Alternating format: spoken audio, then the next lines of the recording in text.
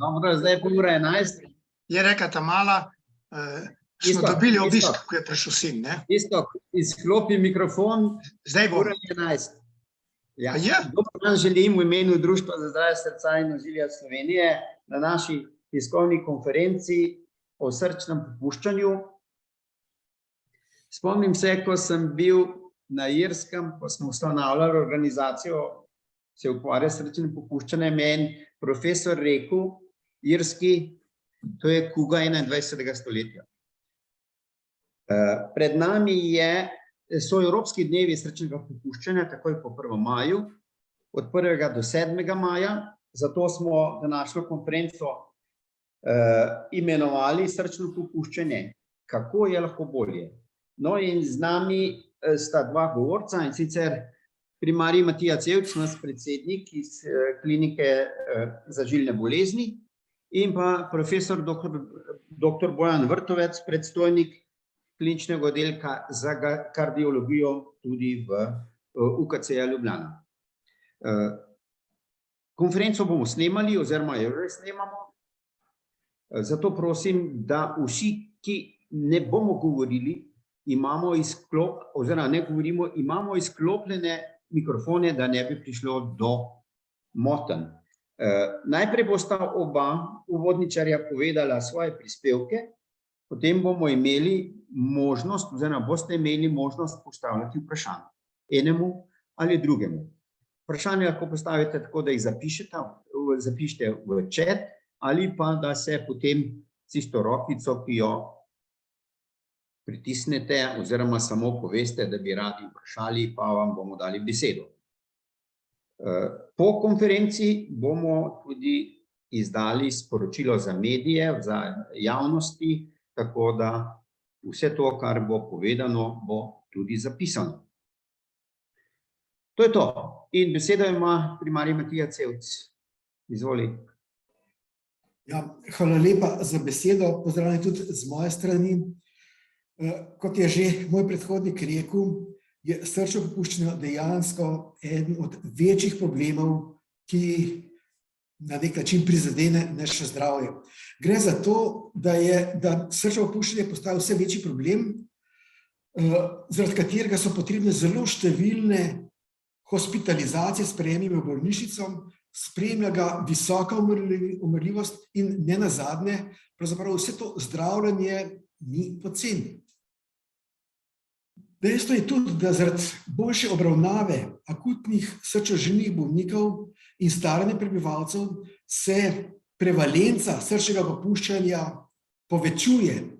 In to je pravzaprav edino stanje v kardiologiji, katerega breme se povsod po svetu, ne samo pri nas, povečuje.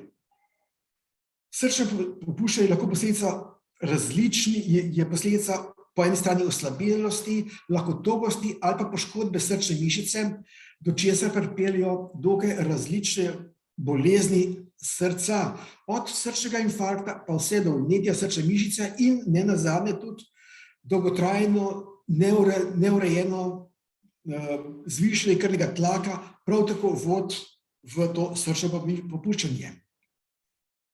Dejstvo je tudi to, da se srčno popuščanje, vsaj začetni stopnji, lahko kaže na različne načine in zaradi tega pogosto ostaja neprepoznano. Zaradi tega se tudi podatki o razširjenosti nekoliko razlikujejo. Ko po eni strani analizirajo podatke iz zdravstvene statistike, se zdi, kot da je prevalenca srčnega popuščanja med prebivalstvom 1 do 2%. In če bi te podatke ekstrapolirali, bi bilo na svetu tam okrog 64 milijonov bolnikov, kar ni zanemarljiva številka, s srčnim popuščanjem. Zdi pa se, da je tega še bistveno več. Ko so delali presejalno raziskavo v splošni populaciji, se je izkazalo, da je med prebivalstvom razširjenost vseh oblik srčnega popuščanja enkrat višja, se pravi kar 4,2%, med starejšimi od 65 let pa kar 65%, 11,8% se oproščam. To pomeni, da je ostala praktično polovica bolnikov ki imajo srčno popuščanje, neprepoznanih. Kar je zelo slabo glede na to, da vemo, da je prognoza srčnega popuščanja pravzaprav dokaj slaba. Ko so to prilagodili na starost, pa na druge dejavnike tveganja, se je izkazalo, da imajo bolniki z začetnim srčnim popuščanjem kar 5-krat večje tveganje za smrt.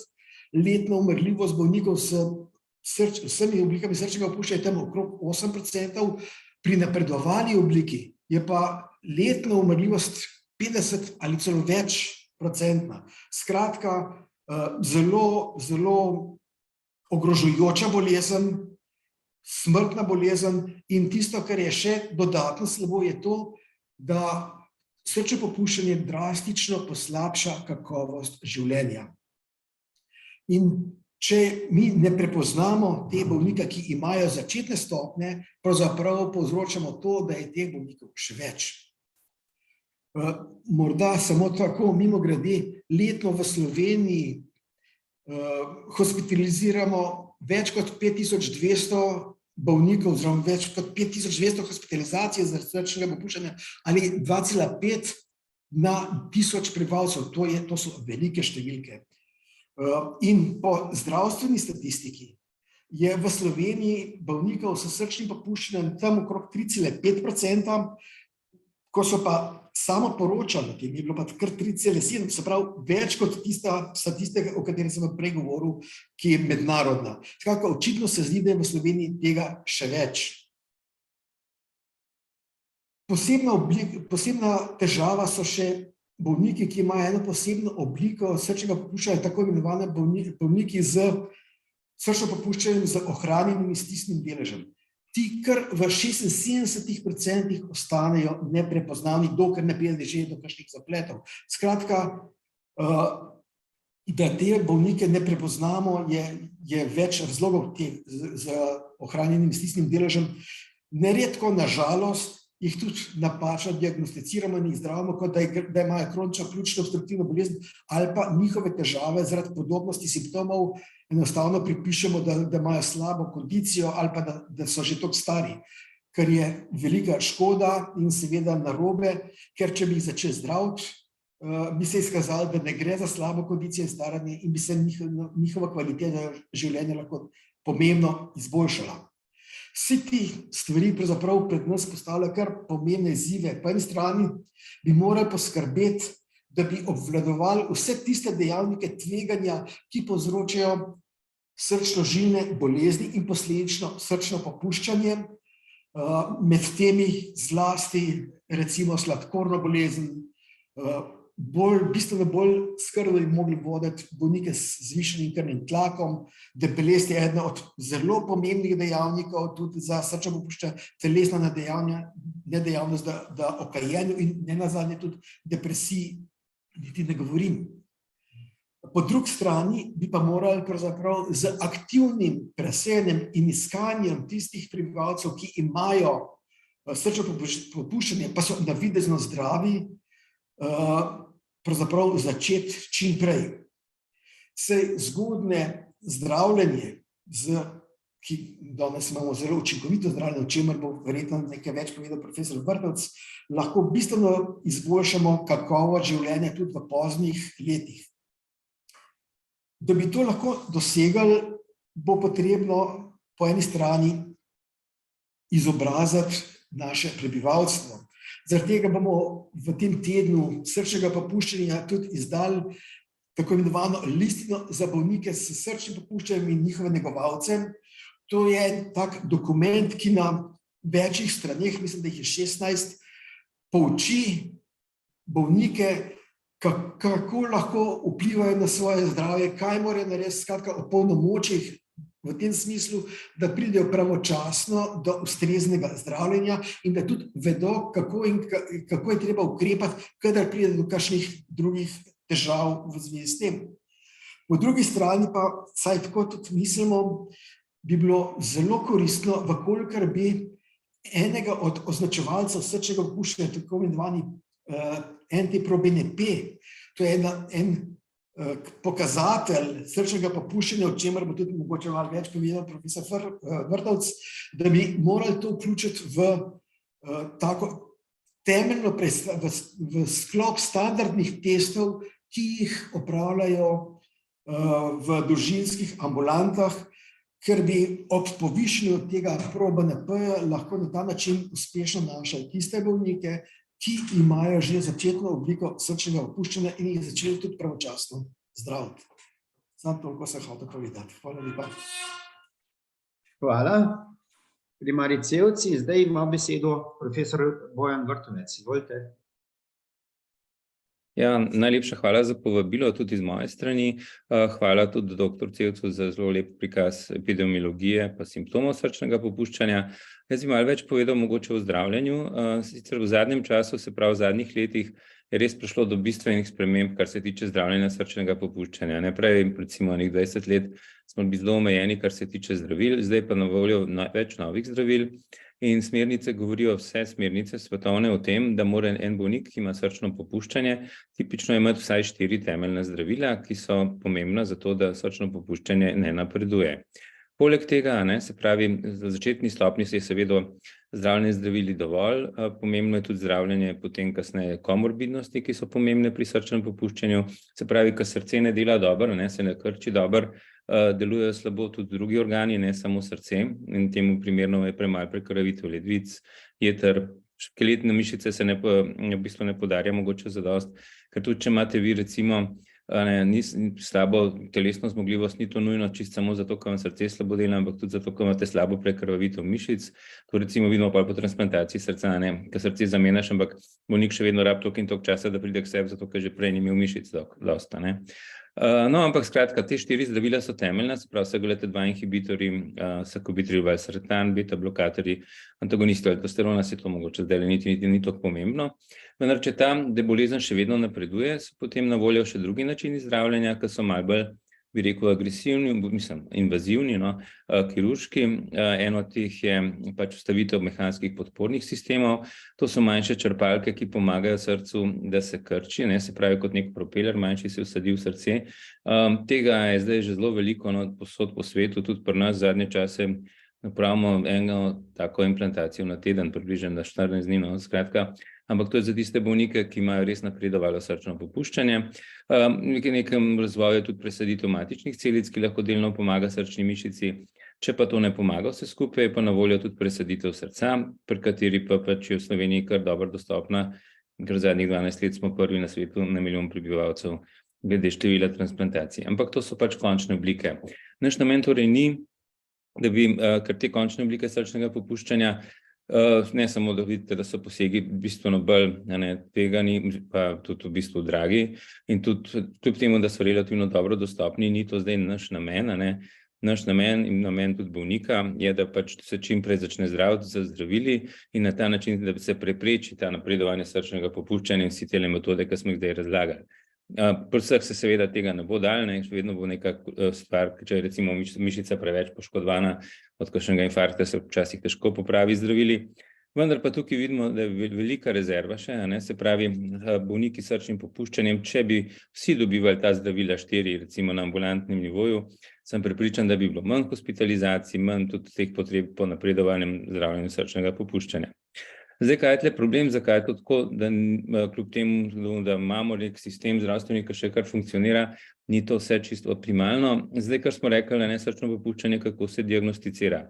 Zdaj, te simptomi, težko dihanje, pa slaba telesna zmogljivost, pa tako naprej, to imaš lahko zaradi marsičesa, tako kot je rekel dr. Cevc prej, ni rečen, da imaš srčno popuščanje in pa se taki bolniki v bistvu se jih pusti tako na nek način nezdravljenje, ker res v bistvu je težko sam na podlagi tega reči, da zdaj imaš pa ti srčno popuščanje, zato ker težko dihaš, ker vemo, da dihaš se težko lahko tudi zaradi marsičesa drugega. Zdaj, kar se pa tiče, kako bi zdaj pomagali si, seveda, optimalno bi bilo, da ti narediš ultrazvok srca, vzameš sondo, pogledaš, kako se srce krči ali pa razteza in vidiš, To je neizvedljivo praktično zaradi tega, ker dostopnost ultrazvoka srca nikjer na svetu ni taka, da bi lahko vse te bolnike, ki smo videli prej, koliko jih je, kar delali ultrazvoke, tako da tega ni.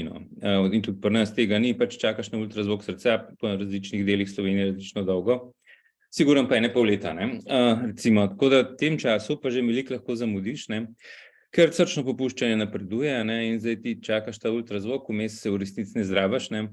In zato je mogoče fajn to presejanje, kot je bilo prej rečeno, se pravi s tem NT-proBNP-jem, ne? Kaj zdaj to je? To je v bistvu ena molekula, ki se izloča, kadar ima srce volumsko preobremenitev, oziroma kadar se bi rekel, mora malo težji se krčati, no? Se pravi, da se na nek način utruja. Izloča se iz srca, to je nek peptid, no? Hormon v bistvu. In izloča se tudi drugje po telesu, samo v manjših količinah. In se pravi, bolj slabš, kot se srce krči, ali pa slabš, kot se razteza, višja je vrednost tega BNP-ja v krvi. Se pravi, to je krvni test in pogleda se, zelo na hitro se da ga določati in tako naprej. Kaj pa zdaj pomeni? Ne? Zdaj, če on neki katofi obstaja, se pravi, neke meje obstajajo, ne? In če ta povišana, ne? Potem je verjetnost, da so te težave, ki so recimo težko dihanje, mora biti težave zraven, ne? Se pravi, težko dihanje, slaba telesna zmogljivost, ponoči, kad ležiš, da te duši. In če je on povišan ob tem, ne? Je verjetnost, da imate srčno popuščanje kar velika.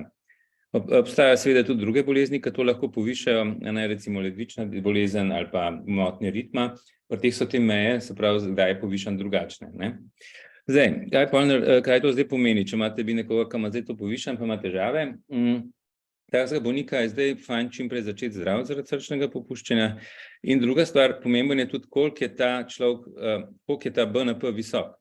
Ker če je malo povišan, gre za začetno stopnjo srčnega popuščanja, če je pa zelo povišan, ne vem, recimo malo povišan bi bilo tam od 500 do 1000, če pa zelo je pa 2000, 3000, 4000, več kot toliko, je pa že napredovalo srčno popuščanje in na podlagi tega tudi ocenimo lahko prognozo bolnika. Se pravi, to nisem diagnostični test, ampak tudi lahko ocenimo, koliko je zdaj kakšen bolnik ogrožen in temu primerno pol postopamo. Zdaj, če imate enega, ki bo imel 3000 BNP že, ko prišel, boste verjetno prej poklical kakšno bolnico ali pa kaj rekel, ali pa naprej ga poslal do kardiologa čim prej in tako, če ste na nivoju družinske medicine. Če ima pa nekdo srčno popuščanje, pa nizek BNP relativno, pa lahko vi sami uvedete zdravila in ga naročite na kontrolo in vidite, kako gre in tako naprej. Tako da to je tudi prognostični dejavnik.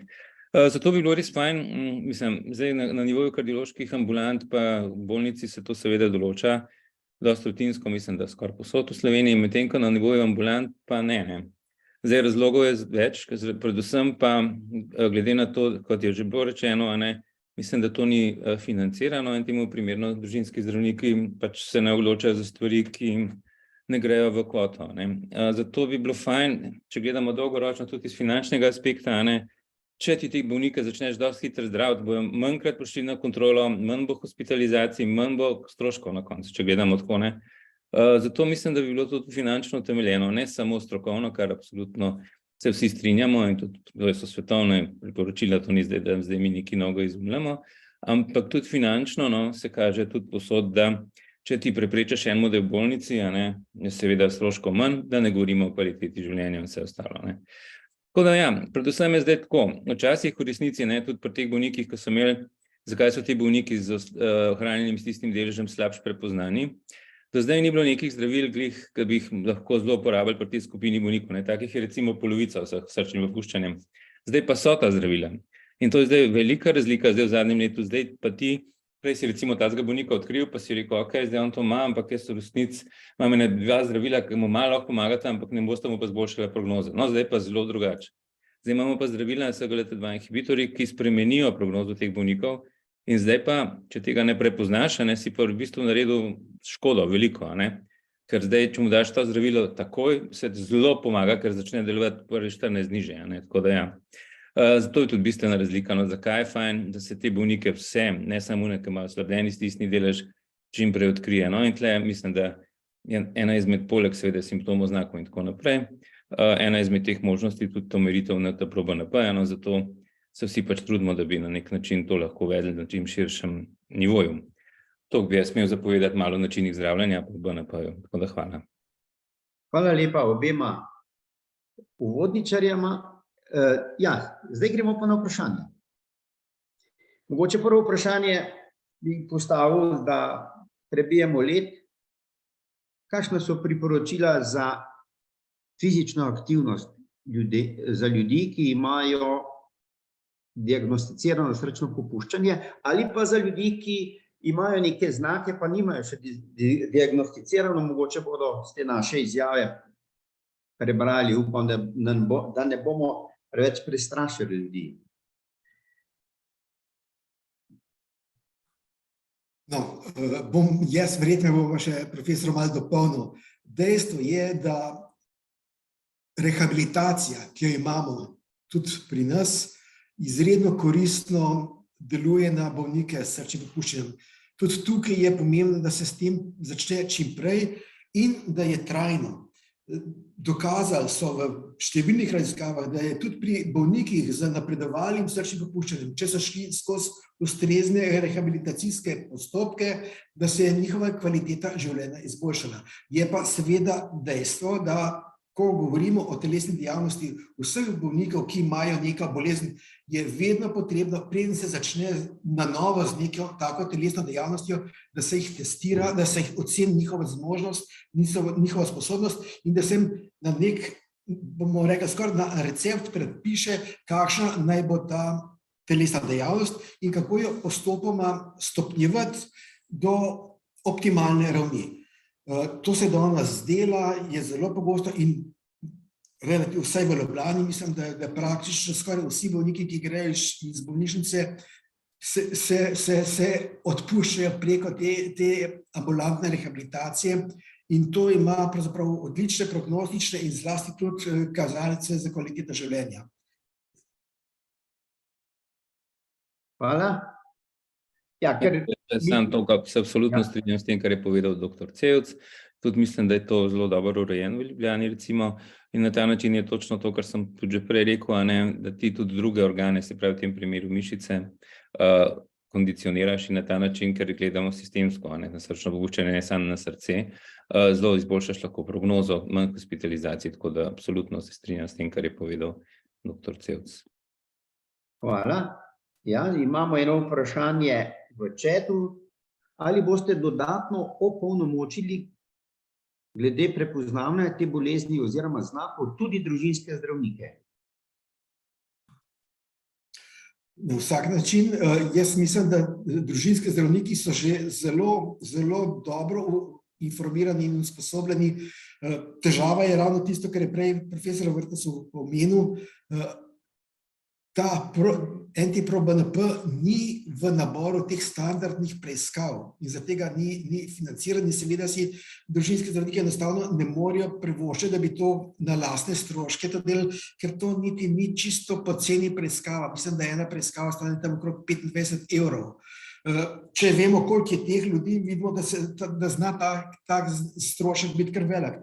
In še nekaj, to preiskavo ne delaš samo enkrat, ampak jo delaš načeloma večkrat, ob vsakem pomisleku na možnost srčnega popuščanja. Skratka, tisto, kar bomo nedvomno, saj tudi z naše strani skušali doseči, je to, da bomo pripravili zavarovalnico do tega, da bi v ta standardni nabor preiskav vključila tudi NT-proBNP, da ga bodo pol družinski zdravniki lahko izvajali in na ta način pospešili diagnostiko.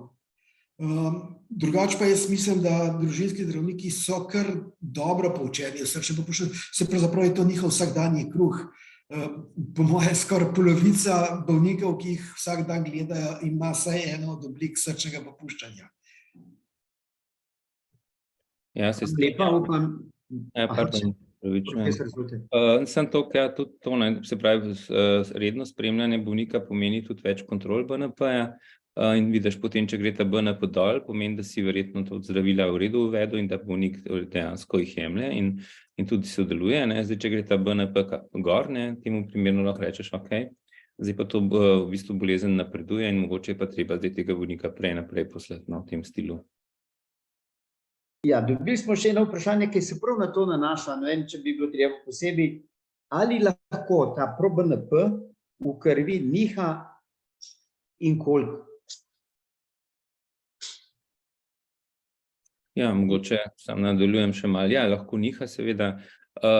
Te vrednosti nihanja so lahko različne, zdaj plus minus 100 se verjetno noben ne sekira preveč, zaradi tega, ker je to odvisno tudi od stanja, se pravi, motnje ritma lahko na to vplivajo. stanje volemije, se pravi, koliko je tisti bolnik takrat dehidriran oziroma hidriran, in pa ledvična funkcija tudi na to vpliva. To so ti glavni dejavniki. Zdaj, ponavadi ledvično funkcijo vemo, kakšna je, ker imamo tudi druge podatke, recimo iz laboratorija, ki kaže na to. Kar se tiče same hidriranosti, se vidi glede teže bolnika, če je nekdo, ki ima več kil, bistveno, kot jih je imel prej, pa pomeni, da se mu volumen nabira. Kar se pa tiče motenj ritma, zato je pa fajn, da imajo bolniki EKG posnete, in vse se vidi tudi pri kliničnem statusu, ampak vseeno EKG je ena osnovna preiskava, ki jo imajo pa vsi, no. Tako da na podlagi tega pa tudi ta nihanja lahko ocenimo, a so pomembna ali pa ne. Hvala lepa. Imam še eno vprašanje, ki smo ga dobili. Kakšne so ovire, da bi ta test bil bolj dosegljiv že pri družinskih zdravnikih? Če sem prav razumel, to je vprašanje, ki je en od gledalcev postavil, so predvsem, da to še ni pri nas v sistem vključeno in nekaj tudi s financami. In mi smo se dogovorili, da bo društvo dalo pobudo odločevalcem, da se ta test uvede v Slovenijo bolj pogosto, če tako rečem. Ampak kakšne ovire vidite? Poglej, pravzaprav ovir teoretično ni nobenih, zato ker to je splošno dostopen test, ni nujno, da ga vsak zdravstveni dom dela, čeprav bi ga lahko, treba je za to vensko kri pogledati, in te reagente se da komu dobiti samo, edina ovira je pravzaprav refundacija, plačilo, po moje. Se strinjate, profesor? Ja, absolutno, ker pač vsebinskih zadržkov, kot smo videli, ni ne na nivoju družinskih zdravnikov, ne na nivoju specialistov. Je pa seveda razumljivo, če ena stvar toliko stane, pa če zračunaš, koliko teh ljudi je, na koncu to strošek vsekakor je, ki ga družinski zdravniki sami pač ne bojo verjetno nosili. Hvala. Torej, dobili smo podporo za to našo iniciativo in mi bomo šli s tem naprej, to je v pomoč bolnikom in mislim, da je profesor prej že omenil, da na dolgi rok bo to pocenilo celotno zdravljenje, res pa je, da je sam ta element ugotavljanja testa stane 25 evrov. Tu je zdaj še eno vprašanje povezano s tem, kako pa ultrazvok srca. Kako pomembna je ta metoda in kdaj jo uporabiti kot eno vrsto presejalne metode za srčno popuščanje? Ne vem, mogoče bi sam komentiral, malo se pravi, ta metoda je seveda zelo pomembna, bolj kot ostale, zaradi tega, ker lahko vidiš tudi druge stvari, se pravi vzroke srčnega popuščanja, lahko vidiš bolezni zaklop, vidiš, katera stopnja srčnega popuščanja je, vidiš, skratka, to je osnovna diagnostična metoda za srčno popuščanje in noben BNP ali pa kdorkoli drug ne more tega nadomestiti. Ampak problem s ultrazvokom srca je, če ga vi pač pravilno je, če sumite, da ima nekdo srčno popuščanje ali pa če dokažete, absolutno, da se tega bolnika napoti na ultrazvok srca. Problem je pa ta vmesni del, preden on pride do tega ultrazvoka srca tudi, zaradi tega, ker na tem času lahko veliko zamudimo. In tudi polka ga recimo ima že narejenega, pa se ve, kakšno srčno popuščanje in tako naprej, je zelo težko ta ultrazvok srca kar ponavljati, ne vem, na pol leta ali pa na en let, pa tako, kar bi bilo prav, da se vidi, kaj se dogaja s srcem. Tako da tle gre pa za vprašanje dostopnosti same preiskave in ponovljivosti in zato mislim, da se to komplementarno da zelo dobro združiti. Se pravi, vi določite recimo BNP, dobite rezultat takoj, ugotovite, če je povišamo, lahko začnete osnovna zdravila že dajati bolniku, on vmes ga naročite na ultrazvok srca, on čaka na ultrazvok srca, to, kar pač čakaš, različno pač, in potem, ko naredi ultrazvok, itak pride nazaj in potem se zmenita, ali je to v redu, ali ni to zdravljenje, ali se ga treba prilagoditi, povišati in potem, ko se začne spet recimo, ker vemo, 4 zdravila ni enostavno, kar naenkrat uvesti, in ko se to prilagodi, se tega bolnika spremlja in takrat so spet fajn kontrole BNP, da se vidi, ali je to zdravljenje v redu in seveda ultrazvok srca se spet naroči, vendar ta bolnik ga bo dobil spet čez nekaj let. Kar je čisto v redu, če ga vmes lahko spremljaš. Gre torej za vprašanje bolj, ne da ta preiskava ultrazvočna ni osnovna, to absolutno je, vendar dostopnost nikjer pri nas itak, ampak drugje po svetu pa tudi, ni taka, da bi lahko kar vsem to delali, ker je teh bolnikov preveč. Hvala lepa. Še kakšno vprašanje v chatu? Ne vidim nič. Roke? Tudi ne. Se pravi, srčno popuščanje kot kugo tega stoletja smo predstavili, tudi kakšne so perspektive. Jaz mislim, da je zelo pomembno, da rečemo, da se ni svet podrl z diagnozo ali pa s prvimi znaki. Oba sta zelo ohrabrujoče pravzaprav predstavila, kakšne so možnosti zdravljenja. Jaz bom tule zdaj pokazal še eno reč. To je sicer fotokopija. Torej, to je listina, o kateri je primarij Cevc govoril. In mi bomo to listino izdali že v prihodnjem mesecu. Ta listina je nastala v mednarodni organizaciji, ki je bila ustanovljena za obvladovanje srčnega popuščanja. In skupaj mi smo člani in smo jo tudi soustvarjali in ta bo pomagala od prepoznavanja, skratka ozaveščati ljudi o tej problematiki. In objavili jo bomo javno, tudi na naših medijih in seveda naš poziv bi bil, ne da smo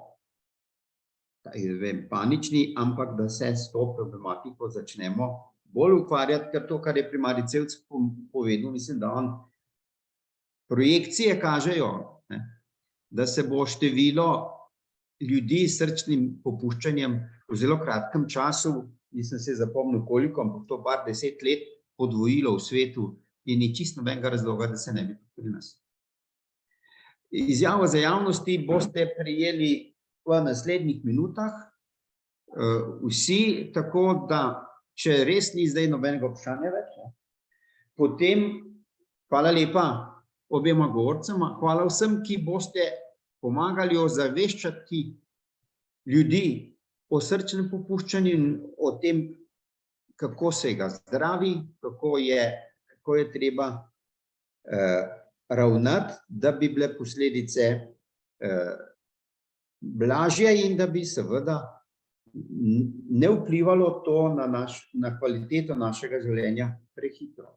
Hkrati pa seveda tudi hvala vsem tistim, ki boste podprli našo pobudo za to, da se uvede ta ProBNP test v slovensko prakso bolj pogosto, že na nivoju družinskih zdravnikov in tudi hvala tistim, ki boste širili tole našo listino za bolnike s srčnim popuščanjem, kar bo tudi po naši presoji na seveda en daljši rok vplivalo na to, da bomo v Sloveniji boljše obvladali bolezen, ki se ji reče srčno popuščanje. Hvala lepa in nasvidenje.